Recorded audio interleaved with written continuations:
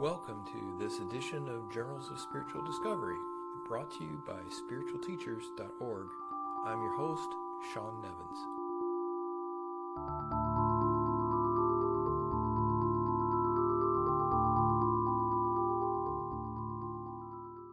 Hello, and welcome to this edition of the Journals of Spiritual Discovery podcast.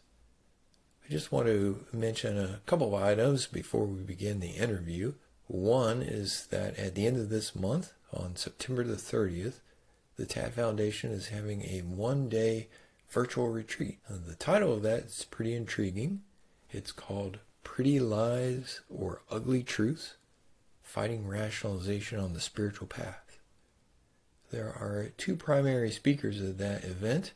One is Bob Sergel, who you're probably familiar with if you've been to any of the TAT events. And the other is Mary Song. She hasn't spoken at TAT before, but she's been very involved with Joel Morwood at the Center for Sacred Sciences. So I'll be very curious to hear what Mary has to say. Now, there's more than just speakers at this retreat. There will also be some participatory exercises and some breakout groups. So again, that's coming at the end of this month, and you can find out more at tatfoundation.org. If you go to that home page, you'll see a banner there, and that will give you more info on that event. And then the other thing that I wanted to mention is that the TAT Foundation Press has just published an expanded edition of Bob Harwood's book, Pouring Concrete. I haven't had Bob on the show, but I should. I got a chance to read most of his book, and it's definitely an intriguing story worth checking out. You can get the paperback or the Kindle version on Amazon, or if you have a different favorite bookstore, you can order it as well. Again, that's Pouring Concrete by Bob Harwood, the expanded edition, and it's just been published by the TAT Foundation Press. Now, for this episode, my guest is Shawn Pethel. I've known Shawn for a number of years, and I always enjoy when I get a chance to speak with him at a TAT event. That's primarily where you'll find him. You'll also see him occasionally on Zoom events at some of the local TAT groups. He'll show up there. He's definitely a person who, if you get a chance, he's worth talking with, worth asking questions of. I really appreciate the insights and the unique perspective that he brings to the spiritual path. I prefaced or introduced the summary of this episode with the question, what happens when you take the rigor of a physicist and combine that with the earnest desire of a seeker of enlightenment? So to get an answer to that, please enjoy this episode. Well, thank you, Shawn, for agreeing to be a guest. I really appreciate your time today. No problem. Yeah, I know. I couldn't help but laugh when I guess I emailed you a couple of weeks ago and realized that we had planned to do an interview in 2020, and somehow it never happened. So here we are almost 3 years later. Actually, yeah, I remembered we had talked about it, but then I forgot I thought maybe you had sent me something and then I forgot. So I just didn't say anything because I thought I messed up somehow. So, I ignored something you sent. But, 2 years later, nothing's changed. So not a problem. All right, good. I do want to say that from my perspective, it's always a treat when, for example, you come to a TAT meeting or on one of the TAT Foundation's virtual events. When you show up there, you're not a frequent presenter, but I think that what you have to say is really unique. And I think perhaps that stems in part from your scientific background. So I'm just really happy to have you here today. Cool. I do sometimes see myself as a little bit of a contrarian, and I don't mind being that at all. So especially if I think that, we're in an echo chamber always. And I often tend to notice that, these memes that we get stuck in our head as seekers eventually cause a problem. And so I feel some kind of need to point that out, to point out the elephant in the room that no one else is pointing out. Oftentimes I can't even tell if I'm saying something obvious or really important, but I have a compulsion to point out what I think is going to eventually be a problem, even if right now it's a great idea. Yeah. And I have a suspicion that that's part of why I really enjoy the presentations that I have seen of yours. Well, if we could, just to give people a little bit of your background, could you tell me, for example, if there's a point in time that you would say that your spiritual search really began in earnest? I can look back as far as I want to and see the search in my life. Even back to my earliest memories, I can see the beginnings of the search.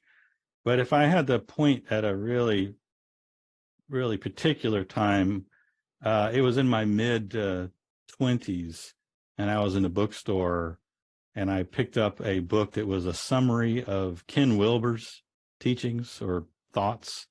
And that was the first time in my life that I saw Eastern spiritual thinking and the talk of enlightenment. Up to that point in my life, I was stuck between these poles of Western materialistic science and fundamentalist Christianity, and I didn't even realize there was a sideways direction you could go there. And when I was exposed to those ideas, I was extremely impressed by that, because I saw ideas I had never heard before, and I saw that on the Eastern side, they weren't like the Western theosophers or the philosophers, where they were just coming up with mental arguments. Those guys were meditating. Those guys were exploring. They were coming up with data and trying to systematize an inner space. And they claimed to have found something called enlightenment. And so I respected that they were actually doing the work. They weren't just imagining things. They were really exploring. And so that the idea of there being some answer in that direction that people have come across just really lit a fire under me. I thought, wow. In fact, I really felt like that my whole life I had been built to seek something like that, and to have a word for it really rocketed me forward. And now after that point, I spent 10 years just reading books about it until I got disgusted with reading books about it. And I started actually going out. And when I found a community, boy, was that really an accelerant. When I stopped just trying to work alone, but I found a community of people who are also concerned about this, that I could speak about it honestly. Because really, up to that point, I had just been like a secret agent man. I did not want to talk to people who were very scientifically minded about things, because they would think I'm a kook. And I couldn't talk to it about people who are very religious, because they think I was demon possessed. And so I was ashamed, actually. I was hiding it. But then when I came to a TAP meeting for the first time, I realized, oh, these are people. If I'm crazy, these people are also crazy, just like me. I found a family that I can actually talk about what I care about too. And that really was a second stage on the rocket booster for for my search. And where were you living at the time when you first came across that book that you mentioned? Same place I am now, in northern Alabama. Yeah, I spent many years since I was in northern Alabama. Is that, do you think part of the reason that it was 10 years before you found a community is because of where you were, or do you think it was in part just your personality? Maybe it was more of a solitary seeker. Yeah, I think I always want to do things myself.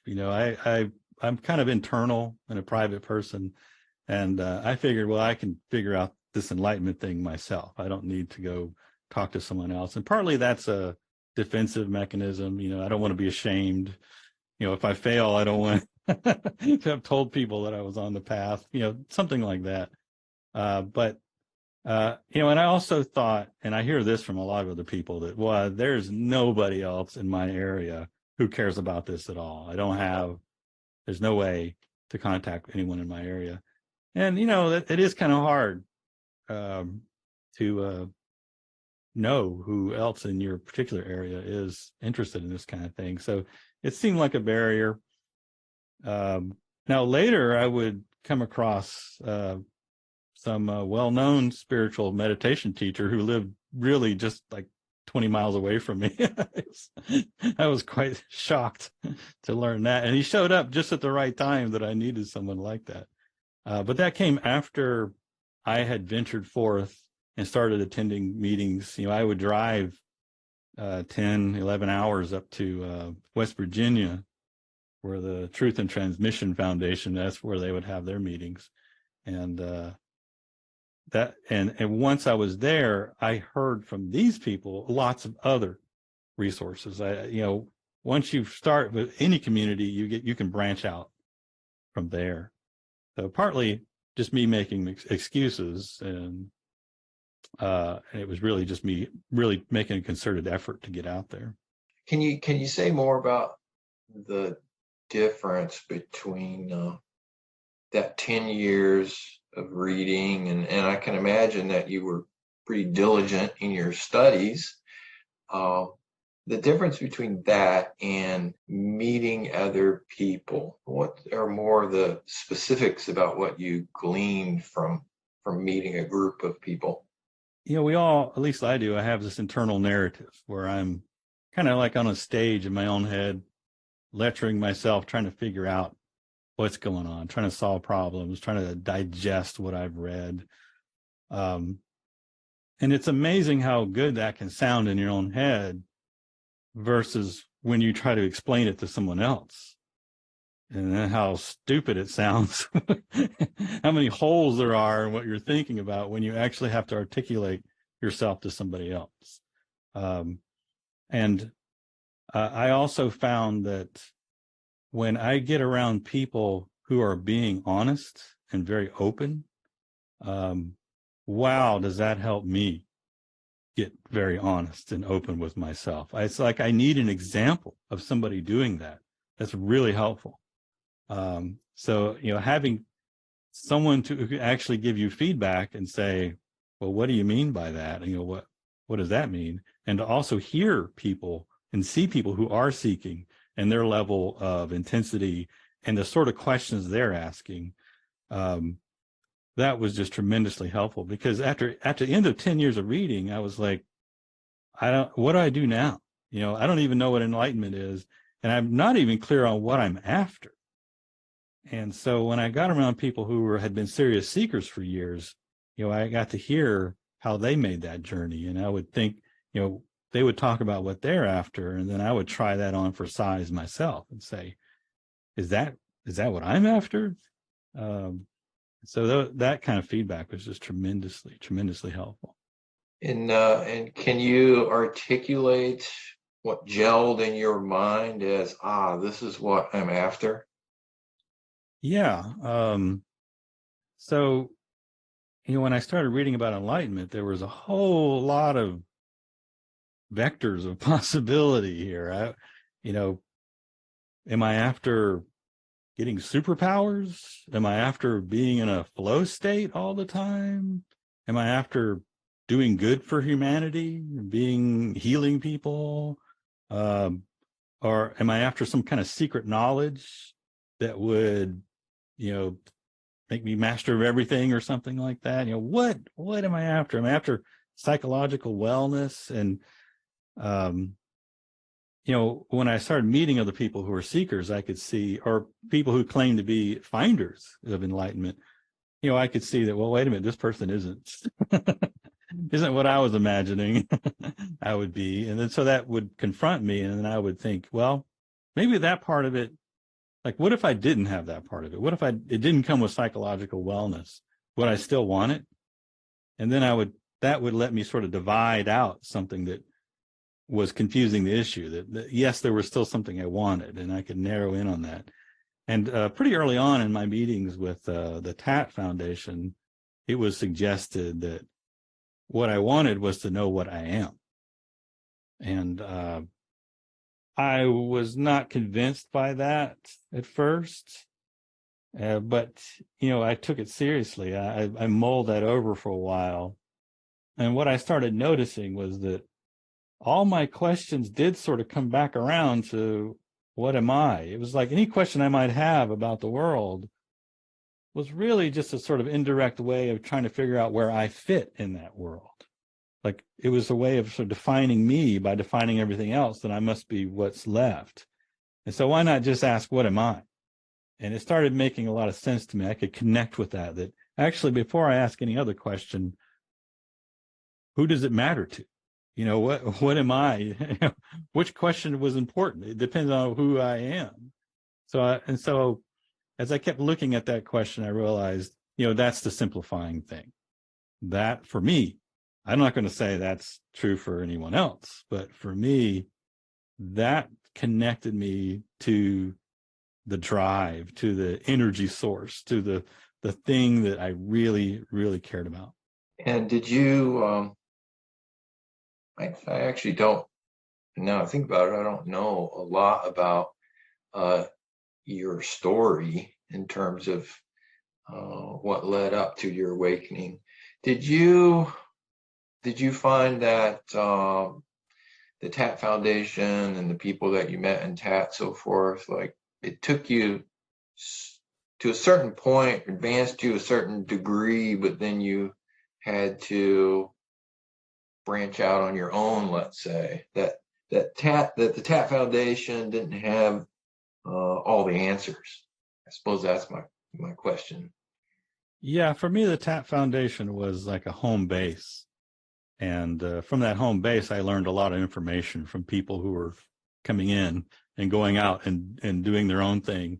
And that's where I learned about other characters. And I learned about, well, it's not where I learned about meditation, but I met people who were serious about it.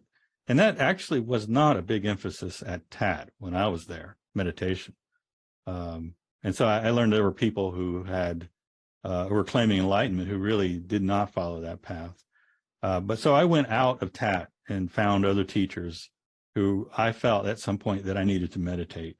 And so I went outside of TAT and met people like Daniel Ingram, who is a sort of well-known meditation teacher. He happened to be living near me, and other folks as well.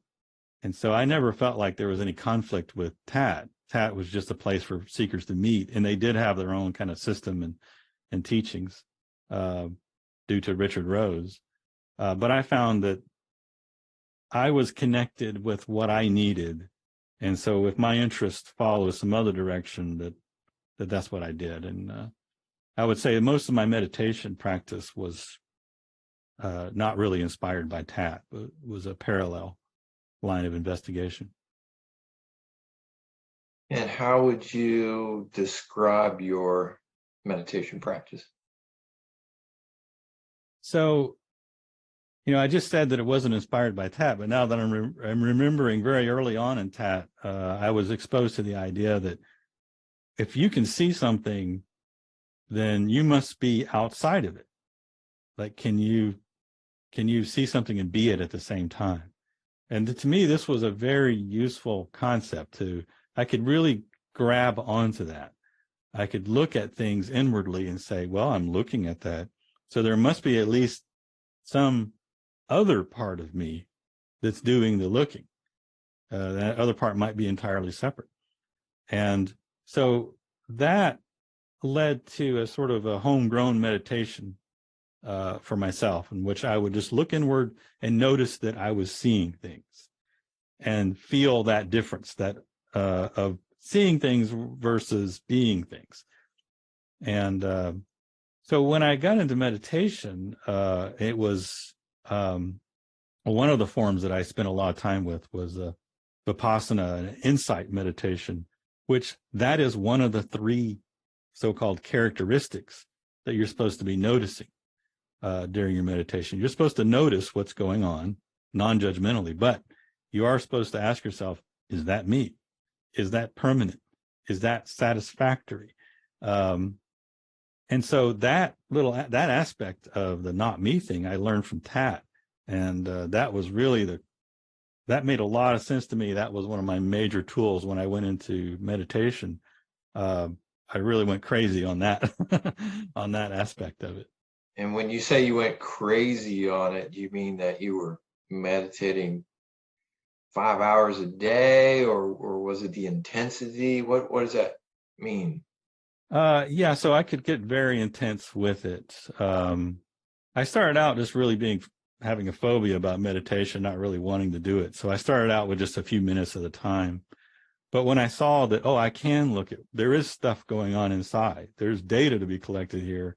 I can apply this principle of, if I can see it, is it me, to it? I began to realize, this is getting me somewhere. And so my meditation practice grew. But to maybe like 20 minutes a day kind of thing. And then when I met a meditation teacher, in this case, it was Daniel Ingram, I was exposed to a community that meditated much more far. The effort they put into it was far greater than I thought was possible. And so when I went to meditation retreats, Ingram instructed me to meditate without ceasing. That is, when, all day long, at every moment that you can, you are observing what's going on. And I didn't know if that was really possible. And he would be very strict about it. As you're pacing, as you're walking meditation, be careful that when you turn to go the other direction, you don't lose focus of your meditation, kind of thing. So interestingly, I found that was possible. So I did retreats doing that kind of thing. And at home, I would have a daily practice of 20 minutes, 30 minutes, something like that. And then I tried to also bring it into my daily life. Like when I would notice things like anxiety or something like that would pop up, I would say, I just saw that. Is that me, or is that extra to me?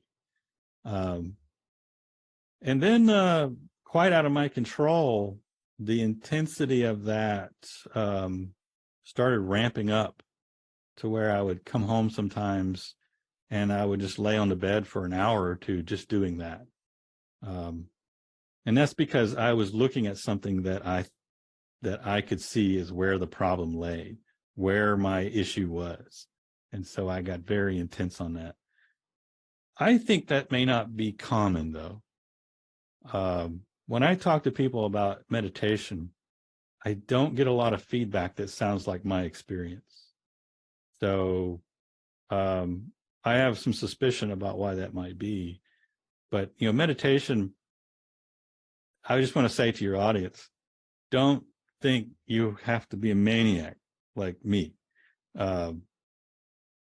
It's something that you should probably explore, but don't set some kind of crazy standard for yourself.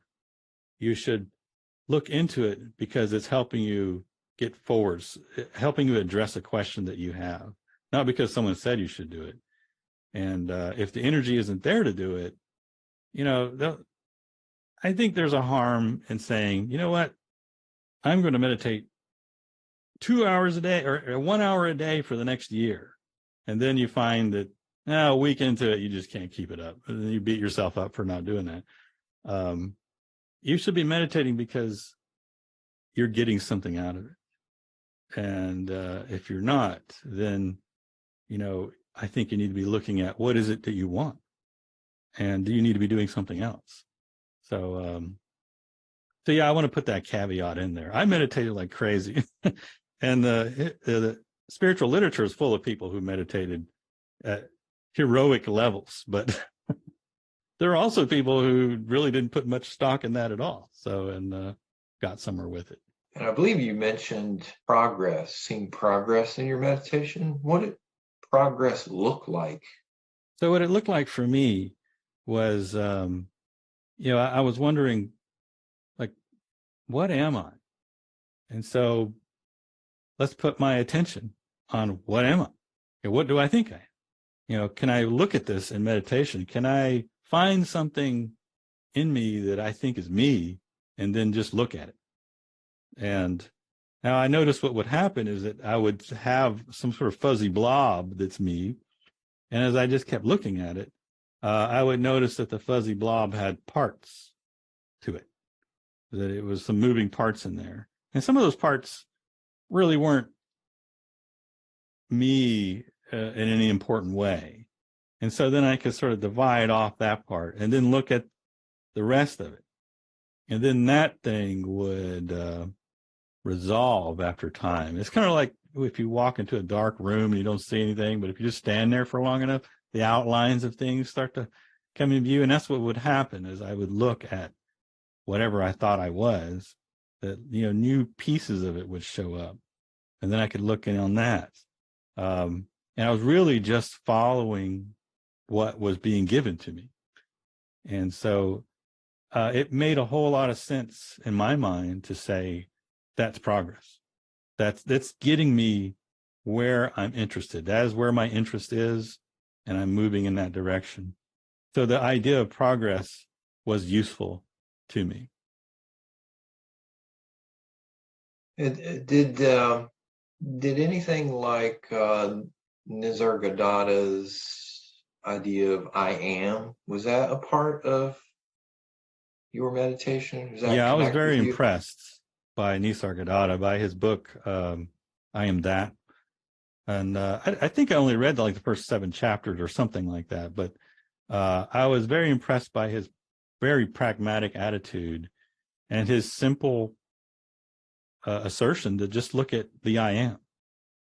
And I really didn't understand. I wasn't sure what he meant by the I am, and I won't vouch that I know what he meant by it. But to me, it was just very simple. What do I think I am? Where I must have some sense of me. Where is it? Can we look at it? And first for me, that was just, I just sort of did a body scan and said, where in my body am I? And I was able to locate a spot that was kind of golf ball size right behind my eyes. That kind of felt like that's me. And so I spent about a month just sitting with that, looking at it. And then after a month, I was like, well, it's a feeling. It's not interesting. And I just went on and did other things. But then over time, especially when I caught on to this, if I can see it, it's not me kind of thing, I went back to it. And that it evolved from there. And it became part of my practice, was to look at that I am thing. And I still don't know to this day if that's what Nisargadatta meant or not, but it certainly was fruitful for me. And do you feel like, did you come across any points in your meditation practice where you were stuck? Let's say you didn't know what to do next, or you felt like I should just give up. Yeah, I had that often, not just in my meditation practice, but in the whole spiritual search endeavor. And on that whole mission, it would be periodic low points where I'd feel like, especially right at the beginning, especially after 10 years of reading books on enlightenment, I was just really stuck. I was like, I have no idea what I'm supposed to do next. And this is the question that when I talk to seekers, I feel like I'm most interested in trying to help them with, is this question of, what do I do now? What is the next step on my journey? Because I had that question so often. And I also would have the feeling that, I really stink at this. I mean, I would have these highs where I think, I'm really good at this. I'm really special, because there's not many people doing this, and not many people doing it as well as I'm doing it. And then I would crash and say, well, I'm fooling myself. What's going on here? This is a fantasy. And maybe if it's not a fantasy, I don't deserve it. There's people out there a lot more serious than me who are going after this. And I don't have the stuff. I don't have what it takes to get into this. And so that sort of drama is something that I feel like when I talk to seekers, I see a lot of that, and that I want to help with a little bit. And so I lost track of your question, but this is a really important thing for me when I'm talking to seekers.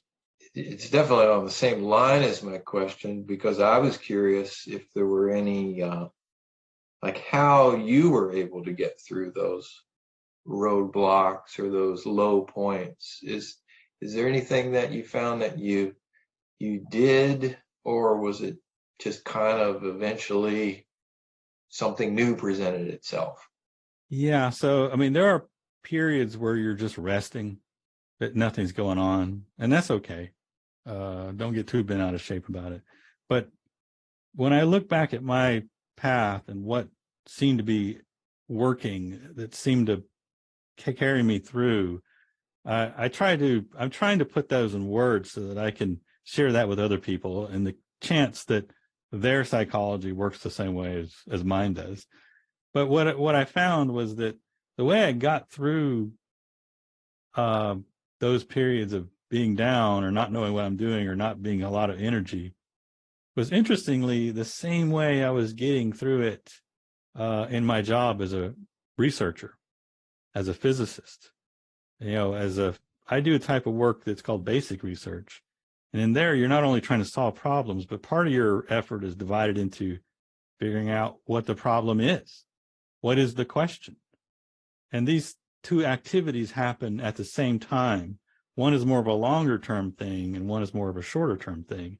And I saw that dynamic happening exactly the same way in my spiritual search. And so the longer term picture that I think it's going to help when you find yourself in trouble is always coming back to, what do you want? What is your question? Because that's your energy source. What do you care about? That's what gives you direction. And that's what makes you want to do something.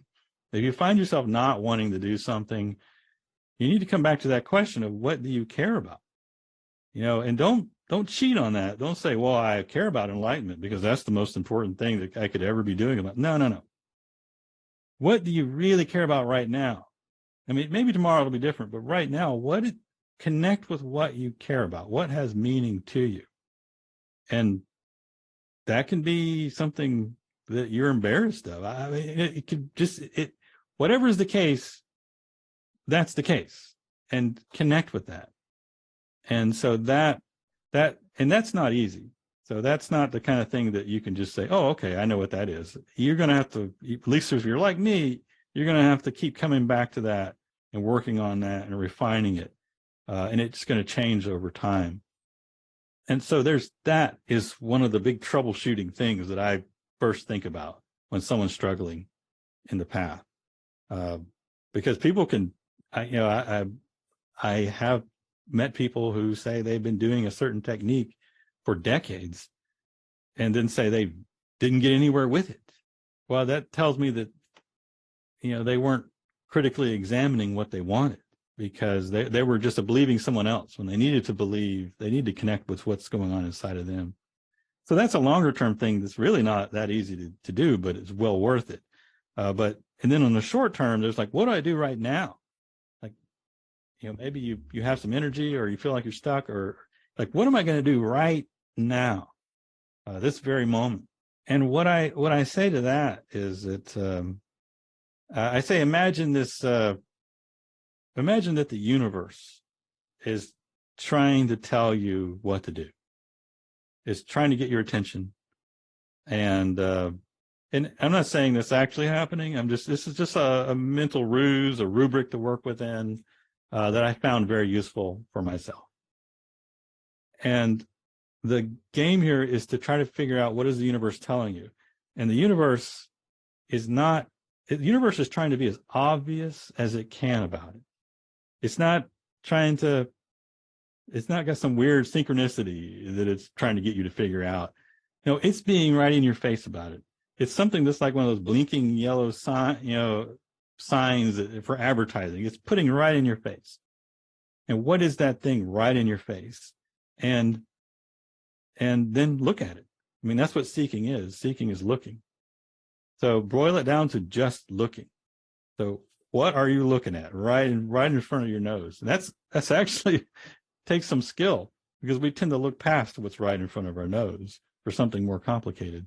But the universe is speaking to us in really, really simple ways. Just put on the Captain Obvious suit and think, what is the most obvious thing the universe is trying to get my attention on right now?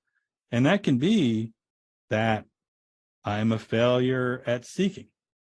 If that's what's coming up for you right now, then you can immediately start seeking by looking at that feeling that I'm not succeeding, I'm a failure, and just putting your attention onto that feeling. Because as soon as you do that, you're creating this little bit of space between this self-narrative that you bought into and just that feeling. And so now you can see two pieces. There's the feeling, which you could explore, like, where is it in my body? Could it be connected to something else? And then the narrative part, the story part of it, you can look at that. Is that a different thing? I found sometimes when I meditated, I would have all these awful self-defeating thoughts, and I'd try to psychoanalyze them, and then I'd realize that, oh, my stomach's upset. It's not there wasn't any meaning behind it. It wasn't some deep thing to realize. That was just my body wasn't comfortable for some reason. And so whatever it is popping up for you, you can make that into an object to look at and advance. And that has an effect, I believe, of advancing, of now you're seeking, now you're looking, and now things are being revealed. And that can sort of get the ball rolling. And you can always kind of come back to that, I think. So those are my little tricks for getting unstuck. Yeah, thank you for that. I do want to explore just for a second. You mentioned that you are a researcher in physics. I know that you have your PhD. This time period that we're talking about, when you were doing the reading, now you're intensely meditating. You're also, you're working as a PhD physicist, and you have a family, and you have kids too, right? So you have a very full life. Yeah. So this kind of gets to one of those contrarian things that I like to say, and that is, as a seeker, you need to get your priorities straight. And I like to say that because people are thinking I'm going to say enlightenment needs to be your number one priority, but that just wasn't the case for me. I thought enlightenment needed to be my number one priority, but I realized that actually I care about my family and more than I cared about enlightenment. And that if it came to a choice between my family and enlightenment, that I was going to skip enlightenment.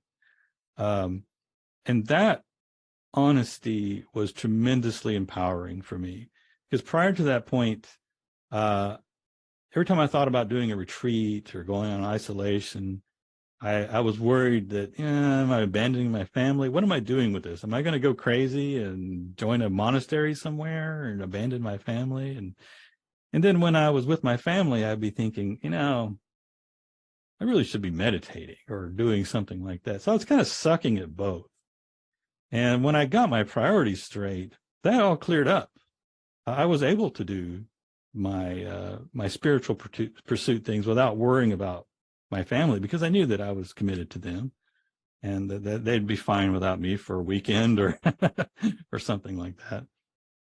And and I recognized that there were other things that were higher priority for me than enlightenment.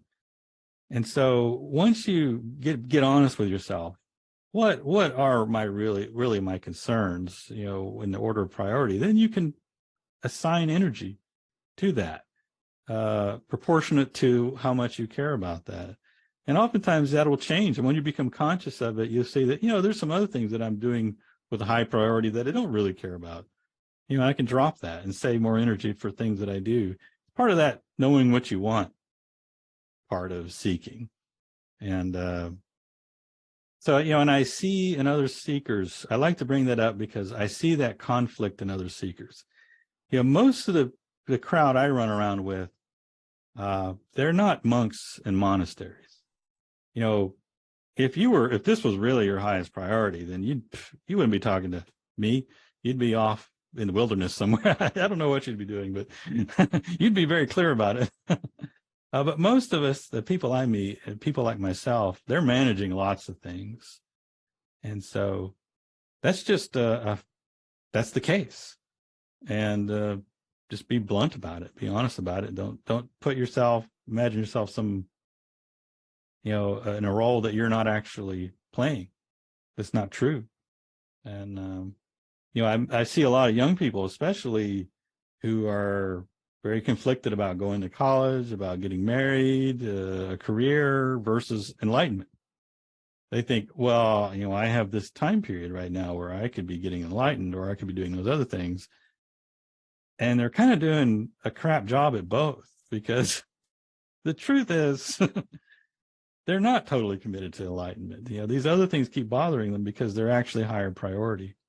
And if they can just say, hey, that's the case. If that's the case, then they, then go with that. And you're not abandoning your enlightenment.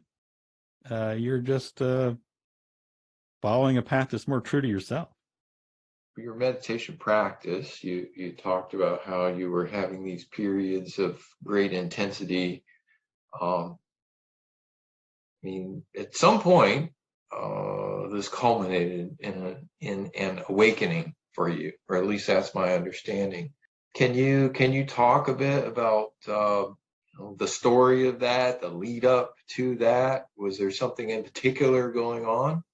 So I had locked in on the I am, or at least what I felt like I was, trying to find that within me. And through meditation, that kind of evolved. I could see that, earlier on I was talking about, it seemed like I was a golf ball size thing behind my eyes. But when I came back to that, I started looking at it, I realized that location was separate from this more pure thing that I thought I was. That I could see the location sensation as not being essential to what I thought I was. So then I was looking at what was the remainder of that. What was that thing that I thought it was? And that was a very elusive thing for me for a while to kind of nail down and anchor in meditation. But I got to where I could find that every single time. And I would look at that, and I was looking at that and saying, well, how could that be me if I'm looking at it? And I would play that game with it, stare at it. At the same time, I was also doing Vipassana, the insight meditation, which was training me to notice everything in my awareness, and just to notice it and say, is that me? Is that not me? Is that permanent? Is that temporary? Is that satisfactory to me? And those two paths just came together when the mentor I was using at the time, Daniel Ingram, after I did a retreat at his house, he surprised me by saying, now I just want you to use all this concentration you built up and just look at the I am, which is not something I read in his book. So I was surprised to see that. Maybe that was something he was saying to me in particular because he knew me. And then when I left his place from that point, I knew in my heart that this is what I needed to be doing, was just putting all my attention on this I am thing that I had isolated. And so I just, that intensity of that ramped up. And to make a guess, I would say it's because I was clear. I was clear that this is where I had to be looking. This is the door I needed to be knocking on. And I was 100% clear on that. And so I think that has something to do with the energy really ramping up. And so I had this tool of, if I'm seeing it, it's not me. It was like a jackhammer that worked so well for me up to that point. But I just kept hammering at that I am, and it just would not move. I think I was creating a feedback loop where I was strengthening it by trying to fight it or doing something like that. And then what happened was, spontaneously one day, I just said, I'm just going to rest in the I am. If this thing is so strong, if this is some kind of foundational thing that I can't jackhammer through, then maybe I can just rest on it and let it worry about being me. And I'll just sit in meditation and put my attention on it. And the feeling was surrendering to it, to rest in it. Now, that just happened spontaneously. And later, my mind concocted some story about why I decided to do that. But that's what happened. And then I remembered that reading in Nisargadatta's book that he said that meditating on the I am was pleasant. And up to that point, it was never pleasant for me. It was, this was a battle. I mean, this was, an expedition, And so I realized, oh, maybe this is what Nisargadatta meant. So I would just rest in the I am, and I would get really, really still. And nothing happened. I just rested in the I am for a long time. Nothing happened. And I was okay with nothing happening. I just knew that I needed to be there doing that. And it was pleasant enough, so it wasn't a burden. But then one day I was talking to a fellow on the phone about it. And then that I am just vanished. It just like popped like a balloon and disappeared. And boy, was I astonished by that. And so I felt ecstatic about it. I was ecstatic about it for a week or so. But then I started asking myself, okay, so what am I then? If this I am thing is gone, what am I? What do I think I am? And the answer that I found was that I felt like I was just the awareness, some kind of pure awareness of things. I was the field of awareness. And, and I might throw in as an aside here, I went back to look for the I am. I thought, I'm really good at locking in on the I am. Is this really gone? And what happened is that I found it again. What I found that had changed, though, was that before, of all the experiences I'm having, that experience of I am was somehow put on a huge pedestal. And I was thinking it was special. But when it disappeared, what actually happened was that it no longer was special. It was just back down into the noise of other experiences. So it didn't actually disappear. It just wasn't important anymore. But then the question is, what am I now? If the I am was just a feeling, it's not something that I think that I am anymore. It's not giving me a problem anymore. What is it I'm left with? And so that was the awareness thing. And I hear a lot of other teachers talk about being the awareness. And I think I know what they're talking about because I went through that phase. The part that I'm not sure about is that I went past something like that. And when I hear other people talk about it, I don't know if they're meaning the same thing I'm meaning, or if, their minds just weren't so nitpicky as mine, because I started asking, I started being suspicious of this awareness, because what does it mean to say that I'm the awareness, but there are objects in awareness? It's like, am I not also the objects that are in awareness? Or is the awareness different from the objects? So I'm back to a dichotomy of, am I this or that or both or neither? What's going on? I was not at peace about it. I realized being the awareness is not going to cut it for me. But I didn't know what to do about it. I didn't know what to meditate on other than just to keep looking at that problem. But really, I was quite stumped. I didn't really have a clue as to what to do about this thing, the situation I was in. But then spontaneously, I think it was about a month later, I woke up one morning, and I tell the story that I was actually having to be in Walmart, and I just happened to notice that I'm pushing a cart around Walmart, and I just happened to notice that I don't have a problem anymore. The problems are gone. I'm not worried about it at all. And I think what happened was that something happened while I was asleep that night, probably early in the morning, because I had many realizations while I slept, and I'd wake up with them and I'd have to backtrack and figure out what happened. And I think this is one of those things. And so I asked myself, wait a minute. I was all concerned about, am I the awareness, the objects in the awareness? What's going on here? What happened to that problem? And when I put my attention on that, my reaction was to laugh. It looked hilarious to me. It looked silly. The whole idea. What I could see was that my mind was inventing this dichotomy, this story of an awareness and objects in the awareness. And it was creating a drama about it. And it was, and in fact, everything I ever thought was a part of a narrative with characters, where what has been split into different actors that have relationships that evolve and create paradoxes because they're both true and not true. And that's what was going on the whole time. And once my mind could see that it had no capacity to comprehend what is. So I use the word what is just as a filler, because it's not something that can be spoken of, because speaking of and ideas and feelings and all these things they're part of what is, but they're not it.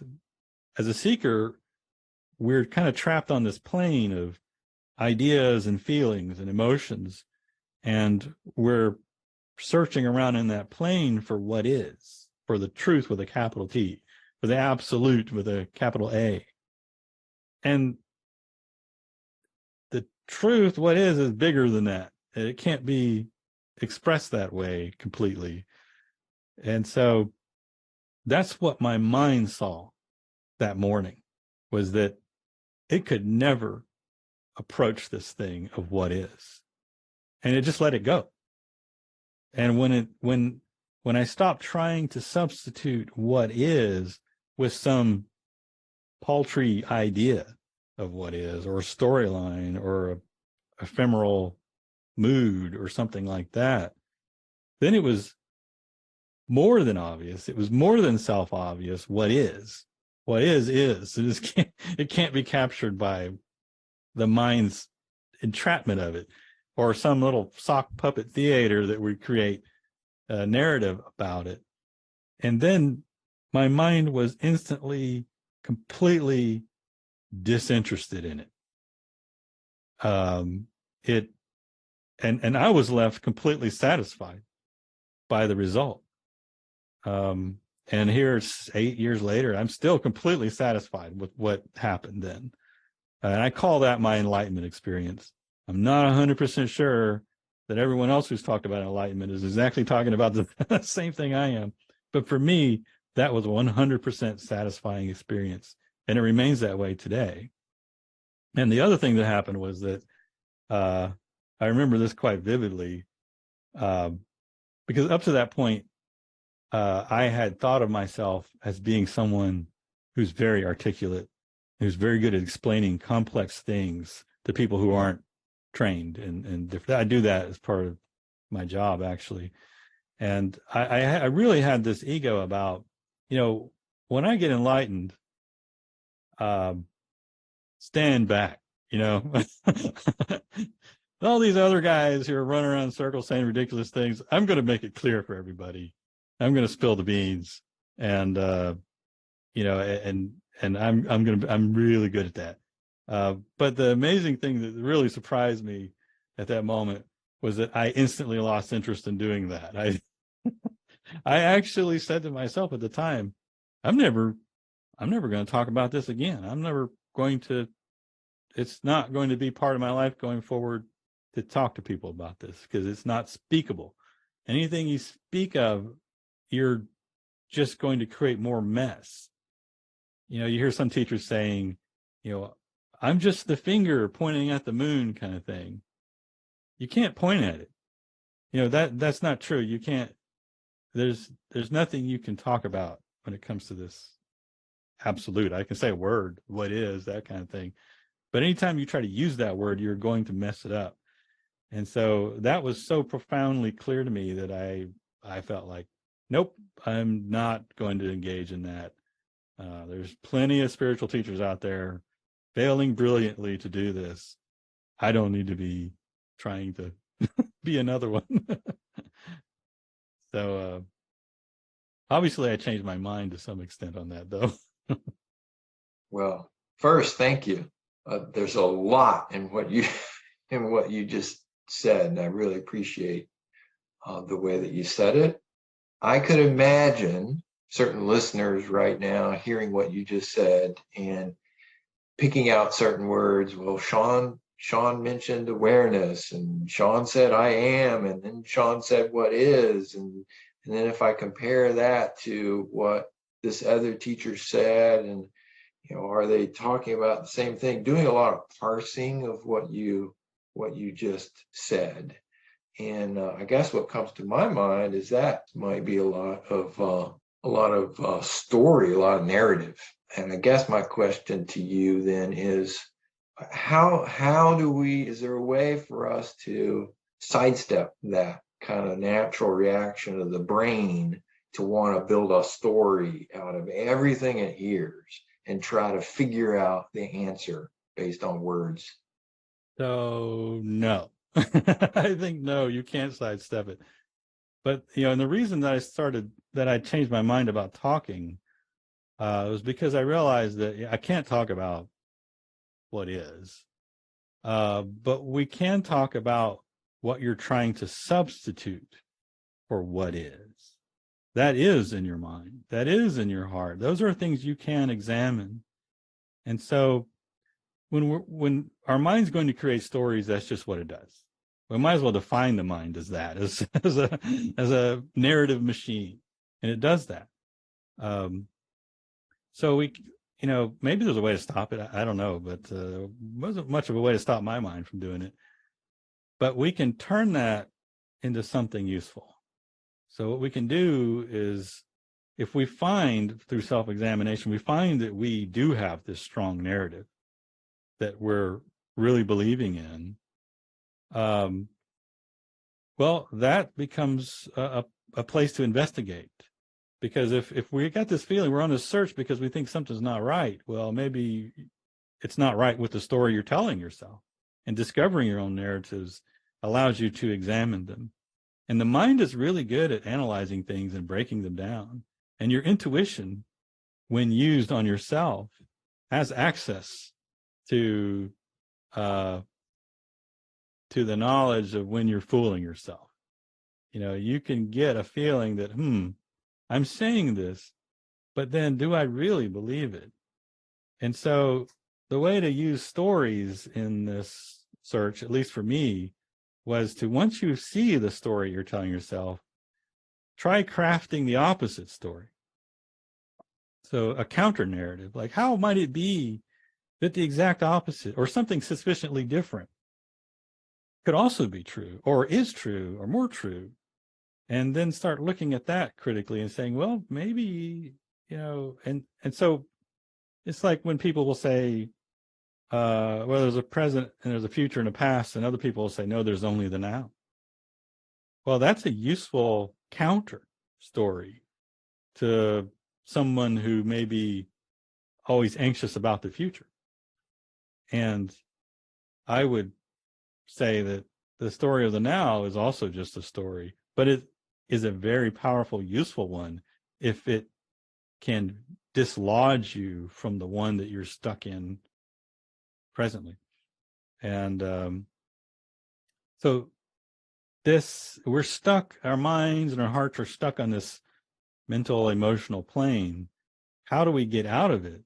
Well, you kind of have an opportunity to relax away from the stories when you see your stories changing. So when the story is changing on you, you're kind of in between stories, you're loosened up a little bit, and just noticing the story changing, noticing your conviction in certain things changing, noticing your emotions changing. This, I think, is useful. It's a very useful moment in seeking when you're looking at seeing that this is how this narrative is constructed. And so that's what I say is like, let's look at your stories and let's think of new stories and move around a little bit. And just with the caveat, don't get stuck in the new story. Just keep that in the back of your mind. You can dive into this new story and you might find this new story to be really useful. It might be like a salvation experience. It might change your life. But keep in the back of your mind that there used to be a story before this story. And that, this story exists, is also not permanent. And, that noticing of it creates this little separation that kind of, in this analogy, it kind of lifts you above the plane a little bit. And so that's the game how I like to describe the story game. Thank you. You mentioned realizations happening during the night, and I just want to inquire into that a little bit because I don't think I've ever had a guest on this show mention something like that.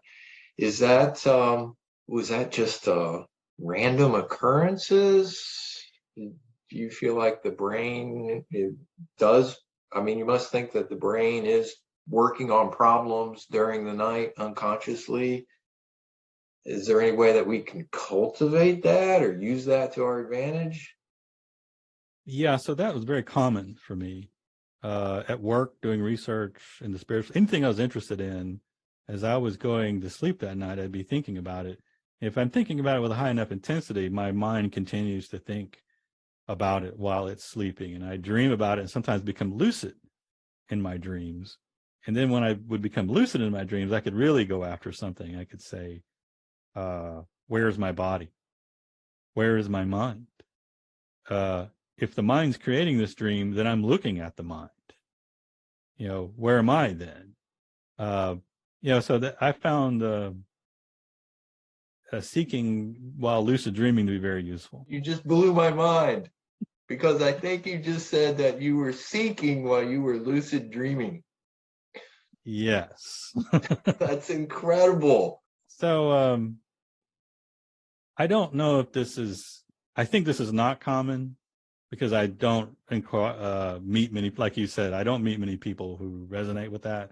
But I think most people do believe in the idea that if something's bothering you when you go to bed, you wake up in the morning and you kind of have things sorted out a little bit of clarity. And so that's very powerful. And I found that to be very powerful, not only in my research, but very powerful in my spiritual search. To watch as I fell asleep, watch the state change as far as I could, to see that, oh, look, everything I think is real is shifting here. Because we think things are real just based upon a feeling that they're real. But when you see that feeling change, you realize you're not so sure about what's real. So watching yourself fall asleep with some thought on your mind, can sometimes lead you to wake up with something kind of sorted out in the morning. I think my mind is not normal in that. And I think it's because I have autism. It's just a mind that intensely focuses on things. And so that's probably more common for someone, a mind like mine versus someone who's not really that way. But consider it, consider going to bed with this and wake up in the morning thinking about it too. So is my thinking about this different than it was when I went to sleep? So I encourage people to look into that. It was a big part of my path, but I've become recently aware that might not be how it works for other people.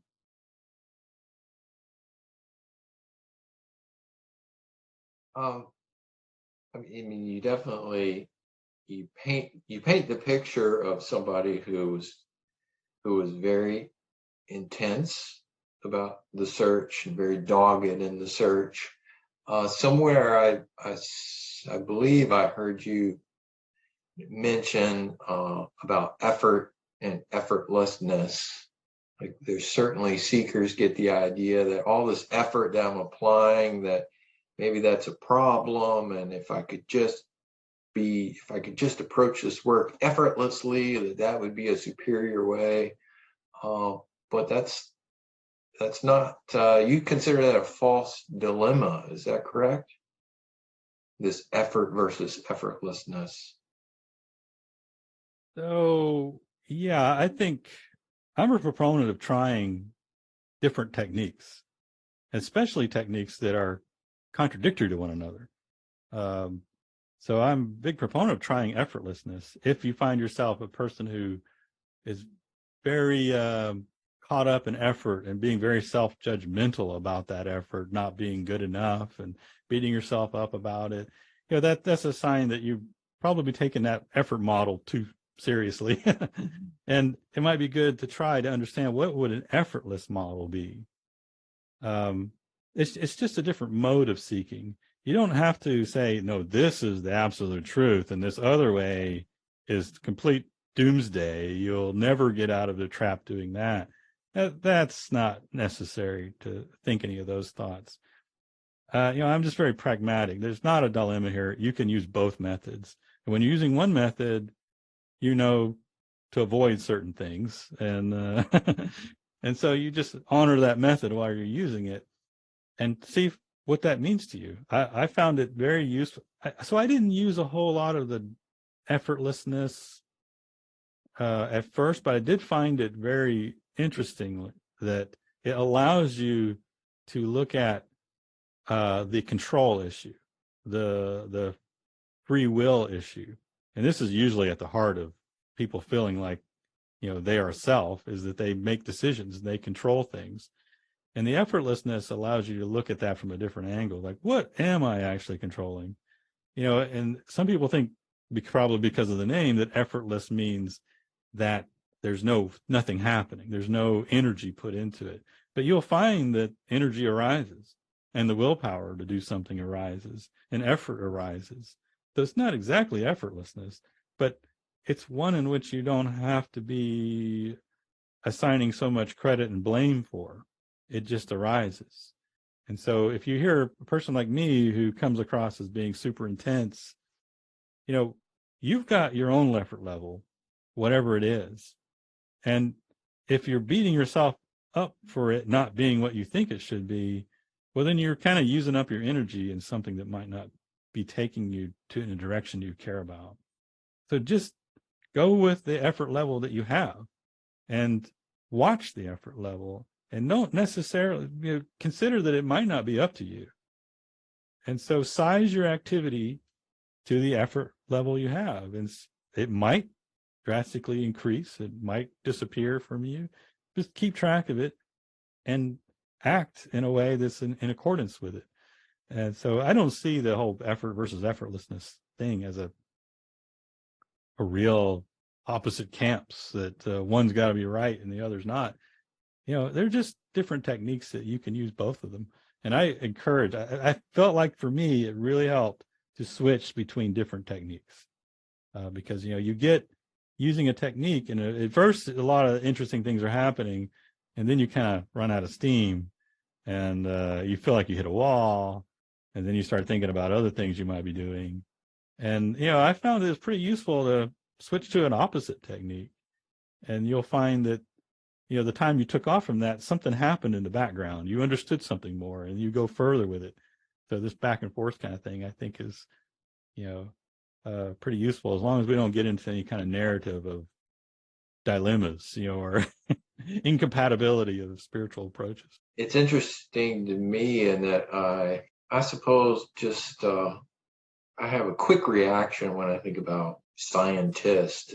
Scientists are very rigid and they have very set ways of doing things, but you actually paint a picture of, I think, both science and spiritual seeking is really being creative and being very flexible and using whatever tools it takes to consider all the possibilities. It sounds like it's what you're saying. Yeah. I think science, especially hard science, like the areas I'm in, are very mathematical. So naturally, you think that means you're very rigid, very rigorous, and things are right or wrong, proven or unproven. Actually, with science is about building models, and those models really come from your intuition, and then you check them rigorously. You're constantly checking those models, and those models only have regions of validity. And so you're always trying to come up with better models, or models that have bigger validity, or explain something the old model can't. And so that's a lot of creative process that's in there. So for me, my job often looks like is me in front of a whiteboard and a colleague or two, and I'm just trying to pose a problem. I'm trying to get the problem into a form where we can then start to analyze it using something like mathematics. And so a big part of the effort is just, what is the interesting question here? What's important? And that usually in a research project changes over time. You get more and more clarity on it. And so, for a long time in my career, I would get pretty stressed out because, I had funding to do research for a period of years. And then, that would be ending. And I would think, I've got to come up with some genius idea, some kind of really great new question. And what was that going to be? And then what happened, and this was in conjunction with my spiritual search, is when I started looking at, well, what do I control? I realized that, well, the process of coming up with new ideas, new research ideas, or any new creative idea is to really kind of open yourself up and follow what is arising, like what is coming up for you. And so it's almost like a mechanical process, or a process that doesn't require you. You can trust the universe to bring up something, and then all you have to do is follow that breadcrumb to the next breadcrumb and the next breadcrumb, like doodling or something like that, where you don't know at first exactly where it's going. You just know you're interested in it, and you just keep following those things, and a story will kind of build out of that. Project will build out of that. And I learned to escape some of my anxiety in research is by saying, I'm just going to let the universe tell me what I'm interested in, and go from there. And that's how my spiritual path started developing as well. I just look. My whole job is just to look. That's what seeking is looking. I look, something comes up, and then I look at that.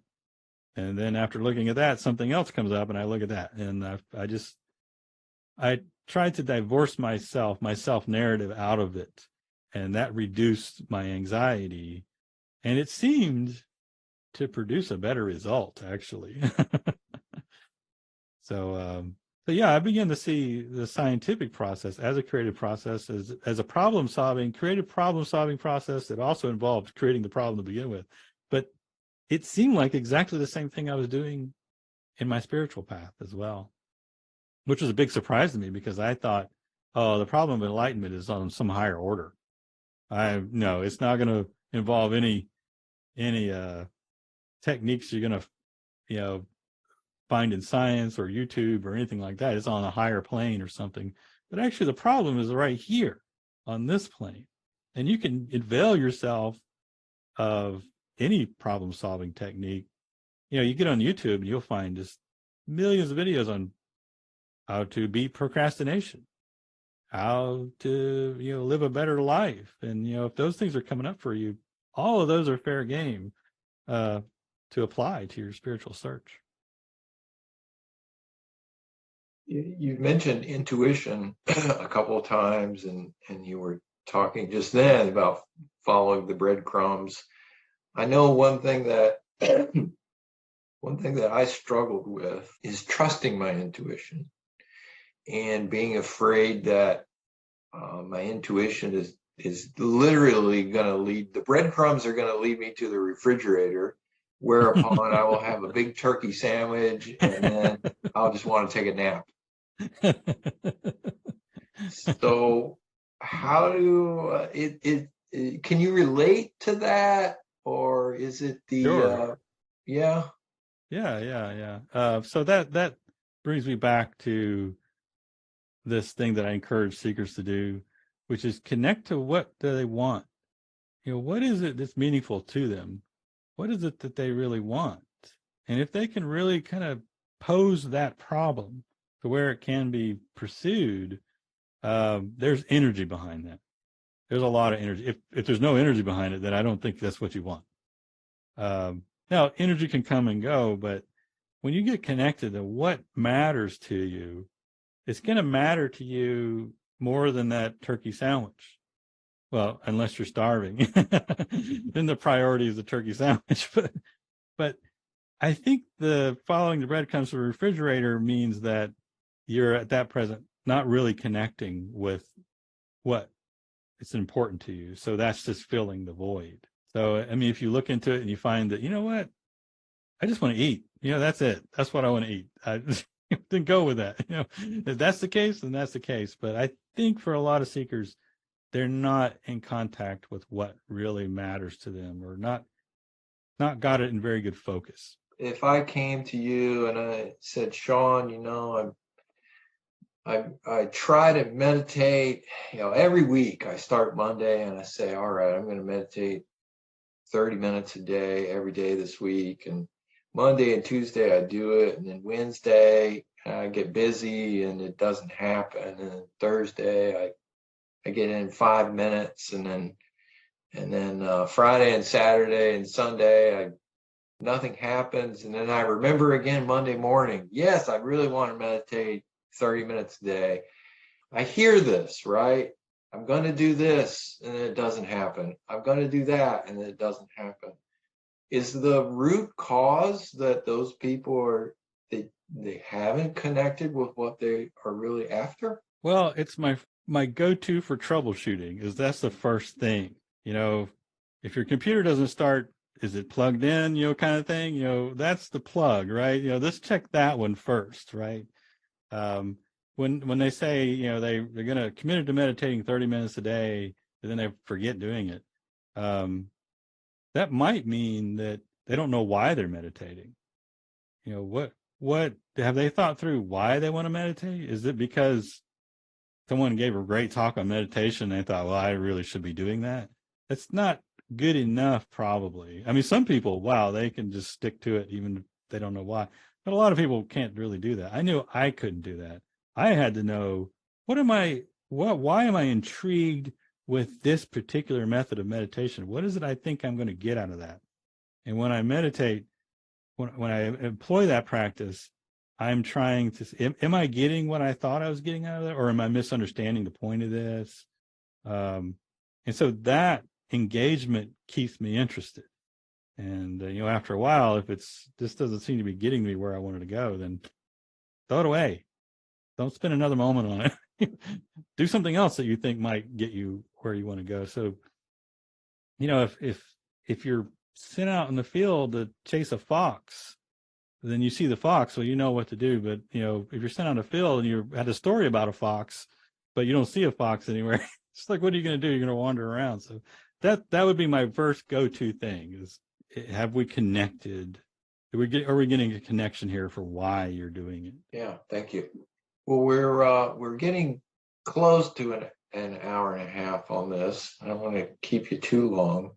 I always like to ask guests if they have a favorite book that they tend to recommend to people. I'm always curious about that. So if someone, a seeker, comes to you and say, hi, Shawn, what do you think would be a good book for me to read? Is there a go-to? The book that stands out for me is Nisargadatta's I Am That.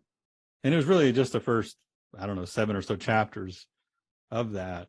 I got a lot of direction and sense from that. I actually didn't read many books. After that period of 10 years of reading books, I was all about doing something and not reading books. Books were more like a reference for me when I needed to learn something in particular. The other book that popped up right at the great time for me and helped me a lot, and again, I only read the first bit of it because that was the most important part, was Daniel Ingram's book, Mastering the Core Teachings of the Buddha. I actually don't recall. It's got kind of a long title. It's a huge book.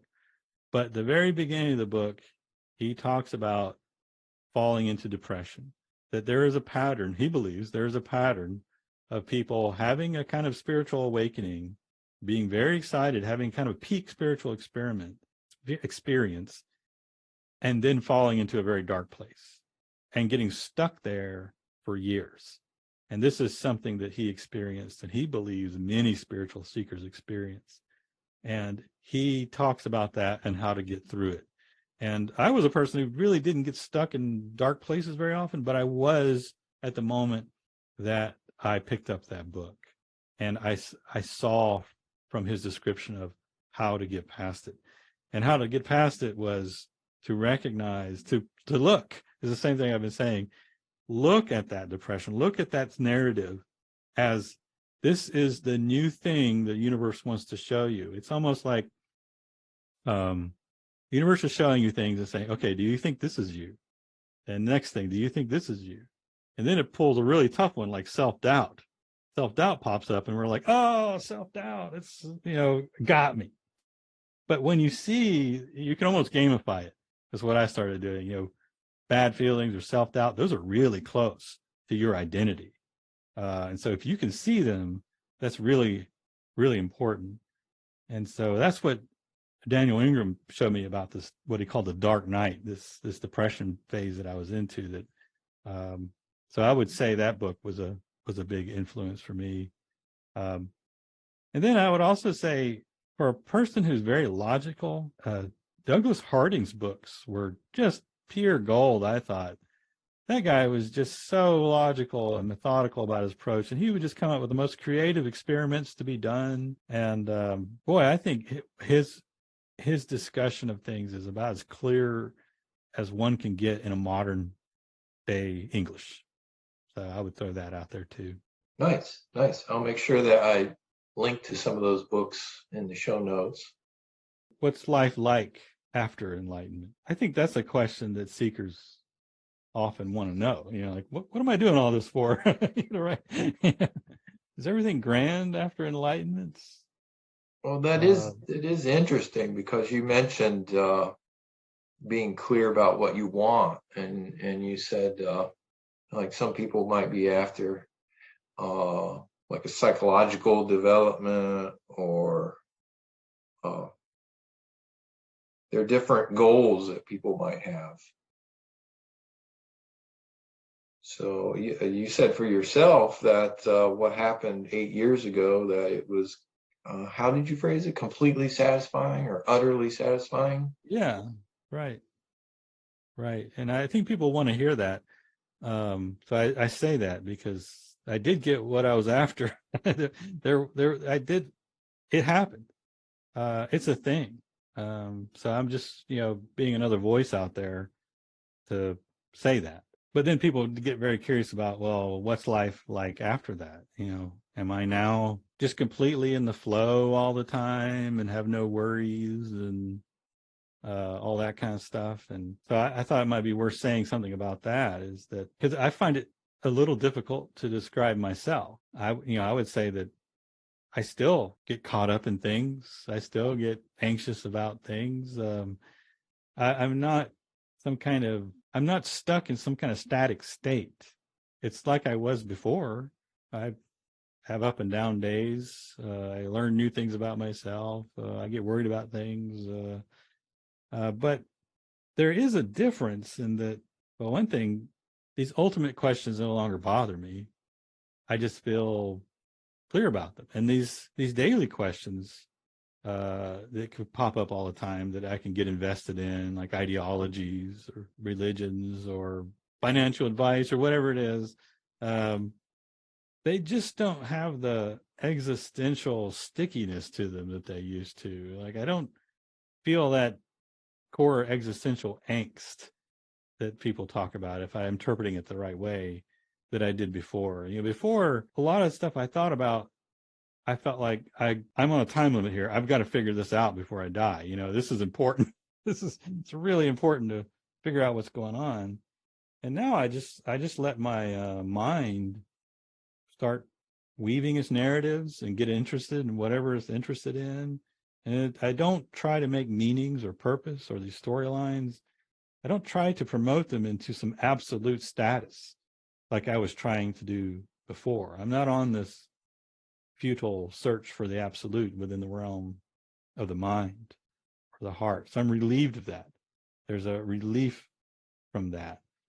And I'm more connected now with my daily life.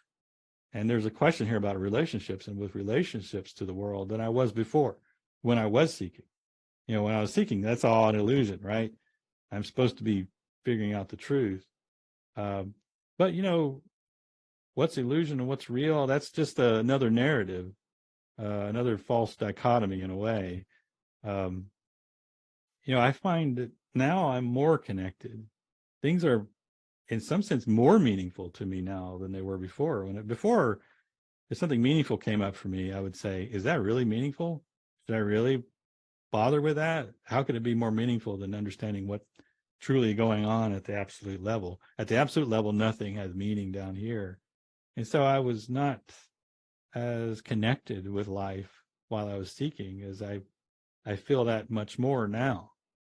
I can feel sad, more sad than I could before. Just, I just feel it more directly than I think that I felt it before.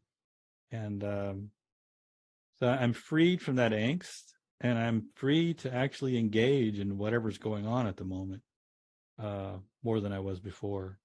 So I think I'm still trying to articulate that. I'm still trying to understand that. And maybe something in me is still maturing along those lines. But yeah, I think it's an important question, and that's about the best I can do with it right now. It's quite the conundrum, because as soon as you, Shawn, start talking about yourself, then some people will say, oh, well, hold on a second. I thought he was awakened, and therefore there is no self. What is he talking about with, why does he even care? Or why are those reactions still going on inside of him? That kind of thing. Yeah, those are very good questions. And I think seekers should be asking those questions. And I asked those questions when I first started meeting people who said they were enlightened. I met a guy who said he was enlightened, and it turns out like he was also big into old cars. And I thought, what would you care about old cars for? You're enlightened. You should be above all this kind of stuff. And I just started noticing all the enlightened people just kind of do what other people do and are interested in what other people are interested in. And I started wondering, so what, am I trying to get to a state where I'm not interested in anything? Or I'm just sort of stuck in a snow globe or something, just frozen. What is it that I really want?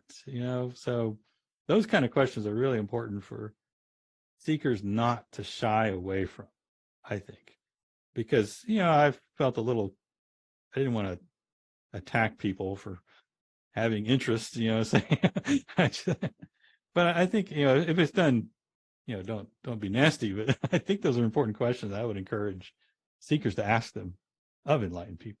Thank you. Well, are there any other parting thoughts that you have?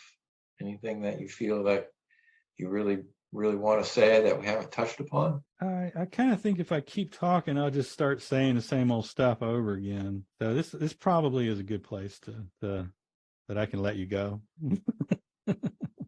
Good. Yeah, as we were talking, I was thinking, I wish that we had some live questions going on. Yeah, I really like to get questions from seekers. That's more important, I feel like, than me theorizing about stuff or just talking about my own path. Trying to help a seeker figure out what to do next, because they have that answer. They have that answer in them. And I often like to say, I don't have a superpower that lets me look inside of you and figure out what you need to be doing. But you have that superpower. You have that superpower. You have the ability to look inside and train your intuition on that, and use your mind to criticize yourself and dig in there and follow those breadcrumbs. And so I have this optimism that I could communicate that to people, even if I can't communicate the absolute to people, that I might be of some help in letting them discover for themselves what it is that's important to them. Yeah. If people want to reach out to you, could we leave your email, for example, in the on the show notes? How would somebody get in touch with you?